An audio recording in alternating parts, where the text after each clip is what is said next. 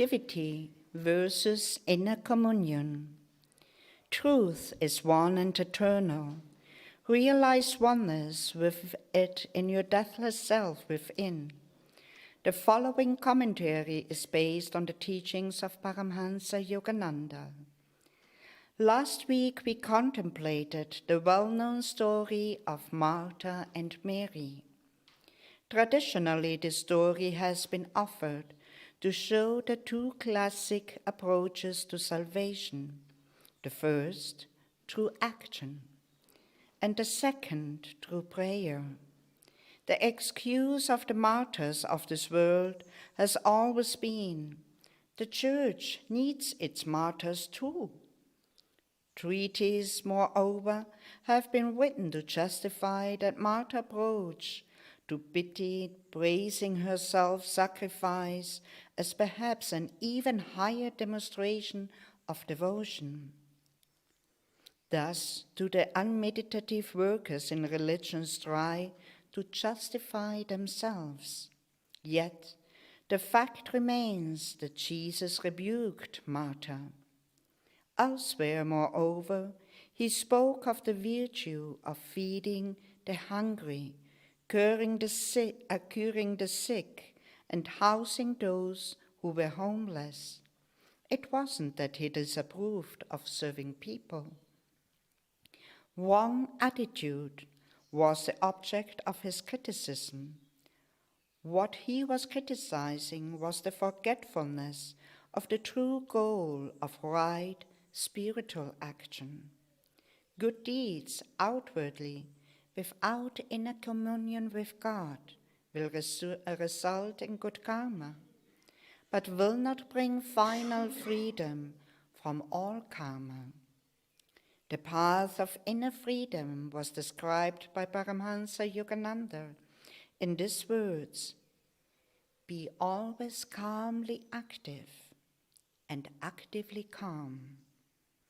As it says in the Bhagavad Gita, the 2nd chapter, he who is not shaken by anxiety during times of sorrow, nor elated during times of happiness, who is free from egoic desires and their attendant fear and anger, such a one is of steady discrimination. Do your duty in life, so counsels this great scripture elsewhere, but never lose sight of him to whom all actions should be dedicated. Thus, through the Holy Scripture, God has spoken to mankind.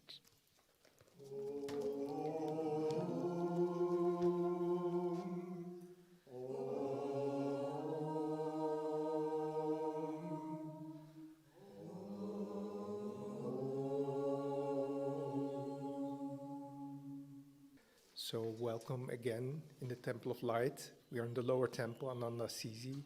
It's so wonderful that we can also have these satsangs, Sunday satsangs, not only in Italian but also in English and occasionally also in other languages, European languages. After all, we are Ananda Europe. We are based in Assisi, but our heart connection is with all devotees all over this wonderful continent. So I was sitting last night with my lovely companion. We were sitting in front of our house, my soon-to-be wife. And we were enjoying the evening. The weather is getting better here now. It's May, it's spring. And so it was even possible in the evening, in the dark, sit outside. The moon was getting full. And there was a lot of, this starts when the weather becomes nice. Then in the evening you start hearing frogs and other animals, and there was constant noise. And then all of a sudden our dog started barking because there was some bigger animal nearby. And I just realized that Mother Nature never takes a break. I mean, you think so, because it's night and then we go to sleep. But even when we sleep, is there really a break? All those dreams that we have, and maybe we've been eating too much sugar in the evening, and then you get thirsty, and you feel when you wake up in the evening, in the morning, or during the night. And And really, Master Yogananda says also when we sleep, the heart doesn't get much rest. It continues to pump. So Mother Nature never, ever takes a break. She's by nature restless. Mother Nature is by nature restless. Okay? So, and Mother Nature in Indian mythology is represented by Kali. You know that for the Western mind, not now much less so, because Indian mythology, Indian spirituality is getting more and more known, of course, in the West. But it used to be difficult for people, all those deities, you know. You have Ganesha and Lakshmi and Durga and this and that and Krishna and Rama. And so, of course, Yogananda and Swami Kriyananda's direct disciple, of course, they made efforts to not to Indianize the West, but to foster some understanding of mythology, which when you have all these deities, they're really not, they're not idols, there are ideals. Each aspect of God is represented in some form, like, for example, Lakshmi represents God in his aspect of care. She cares about us. She wants us to keep our house nice and tidy. I'll talk about it a little later. And she also wants us to be comfortable with money and with prosperity and with everything. And Kali, however, she's a little bit more stern. She's like a stern mother. And she wants us to grow. Okay? So I would like to read how Yogananda describes Kali, because one time a visitor comes to Mount Washington where he lived and said, you know, what is all these things? And Yogananda, before making a point, he made it a little worse, because listen how he describes her. He says, Kali stands naked. Her right foot is placed on the chest of her prostrate husband. Her hair streams out disheveled behind her. A garland of human heads adorns her neck. In one of the forehands, she brandishes a sword. In another, a severed head. Her tongue, usually painted in bright red, lolls out as though in bloodlust, like that. So, not very attractive. It doesn't, when you hear it like that, it doesn't think, oh yeah, I love God, Mother, I love you. No, not really. But now let's see. Now, of course, he starts to explain it, and he says, Kali represents Mother Nature. We've just talked about her. She is Om, the cosmic vibration. In Om, everything exists. All matter, all energy, and the thoughts of all conscious beings like you and me. Hence her garland of heads, to show that she is invisible, present in all minds. So mind you, Kali is present in your mind. The play of life and death expresses her activity in nature, where everyone eats everyone else, of course. That's nature too. Huh? Creating, preserving, and destruction. Creation, preservation, and destruction. Hence the sword, the head, and the third hand extended, bestowing life. Her energy is omnipresent, hence her streaming hair representing energy.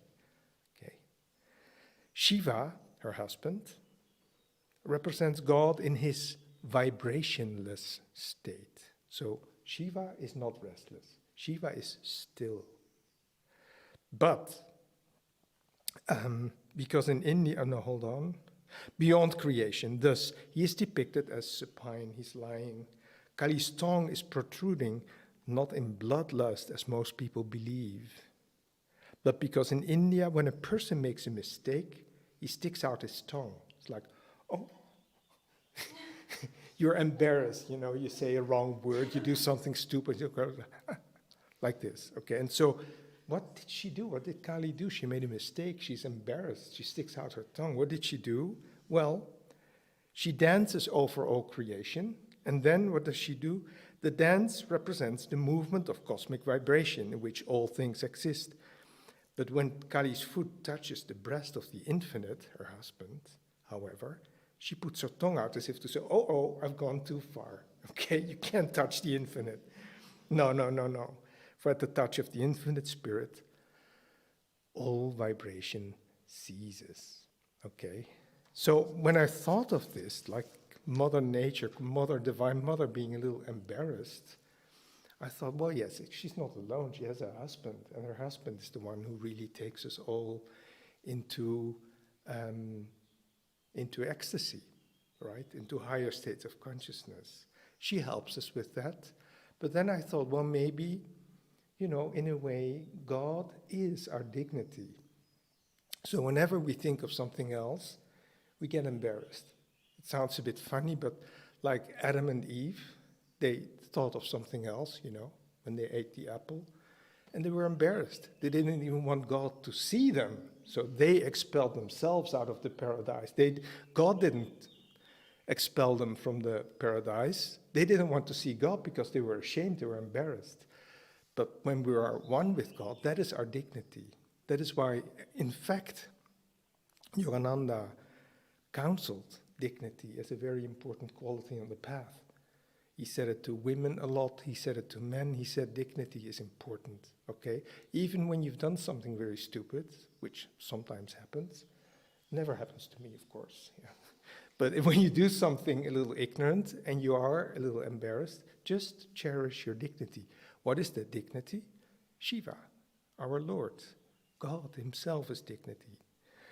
Okay, so I also remember when you go to the night, and when I was a little boy, we went to the zoo. There's a very nice zoo in Amsterdam, and I particularly liked the night animals. So you go into a particular building, everything is dark, and you see these beautiful animals that live only during the night with these big shining eyes. But again, there's no rest. So now let's see, how can we then get a little stillness? How can we gain a little stillness when everything is moving? Even when we don't do anything, we're breathing, our heart is pumping, our blood is, circulating. What can we do? When we meditate, it may be a little easier, especially if you do your best to master some of the basic techniques like Hong Sau. In the technique of Hong Sau, if you do it really with sincerity and you do your best, some calmness comes. Maybe not right away, but even when you manage to meditate more often, calmness can come over a longer period of time. And so that gives you a little relief. But then, of course, we are all very busy people, and we have to work during the day. And so we cannot meditate that long, which would probably also be difficult for us, given our stage of development. Meditation should definitely be a part of it because it brings us back to our center. But then we go to work, or we need to change diapers, or we need to take our children to school, or whatever. And so there we need to preserve, or first to find and then preserve some of that stillness, so that we can, go around with a little smile on our face and not with constant stress and our bodies tense and everything. So when I was sort of meditating on this subject, by the way, I'm going to make one step back. I forgot something. It has to do with that constant activity of Mother Kali. Okay, so when you think of what's going on in nature and what we do, okay, then we say, usually when we think of snow and wind and animals and plants growing and so forth, we think of activity, right? Movement or activity. When we think of ourselves, we think of action. What is the difference? And we're getting back to that later on.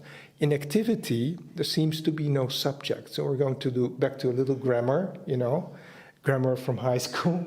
I am, you are, he is, we are. So the subject, I, you, he, we, she, and so on. So with activity, there seems to be no subject. With action, usually there is a subject. So I am going to do the shopping. I am going to read a book. She is going to travel to America or whatever. There's always a subject. With activity, there isn't. With activity, however, we may think, of course there is a subject. Who is the subject? We've just been talking about her, Kali, Divine Mother, is the subject. She's doing it all. And then when we sit still and we feel again that we too are a part of her nature, we see that there are certain things that we do not do, that we do not command our heart to beat at a certain speed. And yet it beats, it continues to beat. So there is Kali there too, in our own heart. She's beating in our own heart. It's happening through us, right? And when we focus on that, and that we will get back to that at the end of this short talk, then she will, then real relaxation comes. And then we can think, well, if Kali, ticks in my heart, beats in my heart, digests my food, has all these bodily functions, then she's also my thoughts. And then maybe it is she who is now speaking, she who is now listening, she who is doing whatever you are doing. And this is a great help. If you really think it like that, you think Kali is the subject of everything that's going on in nature. I am also going on in nature. I'm an event in nature. I'm a phenomenon. So she's also the subject of what's going on here. That really, really helps. So getting back to our daily lives, there was a Dutch poet. When I was thinking, he came to mind because there was a little sentence that he said that always stuck with me somehow. I don't know how this works with you, but sometimes when people say something to me, or I read a little line somewhere, and it stays with me for years and years, and usually it's always very small. So this was a wonderful poet. I can't say that I'm specialized in his work, but I did read some of his poems, and they're very, about consciousness, expansion of consciousness. The North Sea was his main source of inspiration. He had a little house, he would go on the beach, and so this is interesting, yogis focus on the east, but he had the west, because the North Sea is the west coast of the Netherlands, so he looked at the sea. There's even a story that says that he would swim in the North Sea every day of the year, even when there was already, the water was freezing cold and there was even some ice in the world, he would still swim there. But he had deep inner experiences. Even there was some Om. I could even feel like when you read his poetry, there's some cosmic vibration going on there. And so he was rewarded. And so, they get poets like that, they get a reward for this book and that book, and then they get a reward for their career. And his comment at a certain point was, people say that I've been working hard to get all this done, but I felt in my creating poetry, I have felt creativity, I have felt joy, I have felt a power coming from within me. But one thing I have never felt, I've never had the sensation that I was working. So that was something that stuck with me, because when something, karma yoga, which means action without desiring the fruit of action, can also become just, a prescription. But how do you really make it your own? Well, he had made it his own. He wasn't even thinking about writing a poem. It just came to him. And then, of course, he did his best. He had to give availability. But the beauty is, of course, and that's why karma yoga is so beautiful, when we are on the battlefield of activity, is that when it comes from within, from our own center, from our deeper, the inner self in the heart, then you're happy. There is happiness. I won't even say you are happy. There is happiness in the process. So something similar we can say about the life of Swami Kriyananda. He was very, very active. In fact, his mission or his life The master, the guru, had said to him, your life will be a life of intense activity and meditation. And Swami never failed to notice that the intense activity came first and meditation came after. Because he had like how many years, maybe 40 years, 30 years to do a really great work. He could not have done that had he spent most of his time in meditation. He had to be intensely active, interact with people, share the teachings, write books, write down the melodies that came to him. It was all just a life of extremely intense activity. And yet our Shivani, who lives here, who was involved in the making of the film Finding Happiness, which I hope most of you has seen.